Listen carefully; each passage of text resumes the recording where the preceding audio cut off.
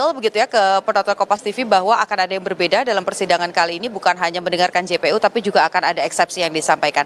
Poin-poinnya apakah spesifik soal kejanggalan-kejanggalan yang terjadi pas saat itu? Ya, tentu dalam menerapkan aturan itu sesuai ketentuan hukum pidana harus ada aturan tersebut terlebih dahulu sebelum orang dikenakan pidana. Dalam Undang-Undang Tipikor dinyatakan secara jelas aturan-aturan apa saja yang masuk dalam kategori korupsi dalam tindak pidana korupsi. Nah, karena Pak Tom ini dalam dakwaan ternyata tidak ada perbuatan dia yang melangsung terhadap Undang-Undang Tindak Pidana Korupsi. Yang ada adalah perbuatan melawan hukum dalam konteks Undang-Undang Perlindungan Petani dan Pangan. Nah, harus ada korelasi di situ adalah pasal 14 itu tadi. Nah, sayangnya dalam dakwaan pasal 14 ini tidak ada. Jadi korelasinya kedua undang-undang ini terhadap Pak Tom apa?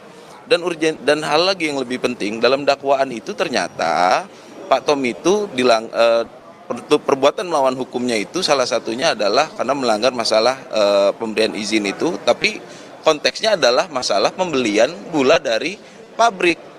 Sedangkan undang-undang yang digunakan adalah kalau itu pembelian gula dari petani. Jadi ini nggak sinkron loh. Kenapa dikenakan Undang-Undang Perlindungan terhadap petani ketika orang-orang yang mendapat persetujuan impor, bukan izin impor. Pak Tom nggak bisa menerbitkan izin impor, yang menerbitkan adalah Dirjen. Tapi persetujuan impornya memang harus dia selaku mewakili negara, dalam konteks ini adalah selaku menteri gitu. Nah, kenapa Pak Tom malah dikenakan terhadap undang-undang tersebut? Harusnya kalau yang dibeli itu gula dari petani, silakan pakai Undang-Undang Perlindungan Petani. Tapi ini para distributor atau perusahaan gula ini, PT PPI ini selaku BUMN membelinya dari perusahaan swasta, dari pabrik. Kenapa pakai Undang-Undang Perlindungan Petani? Ini kan nggak sinkron. Ya, ini yang kita bilang ini sangat dipaksakan perkara ini. Betul, salah satunya. Selebihnya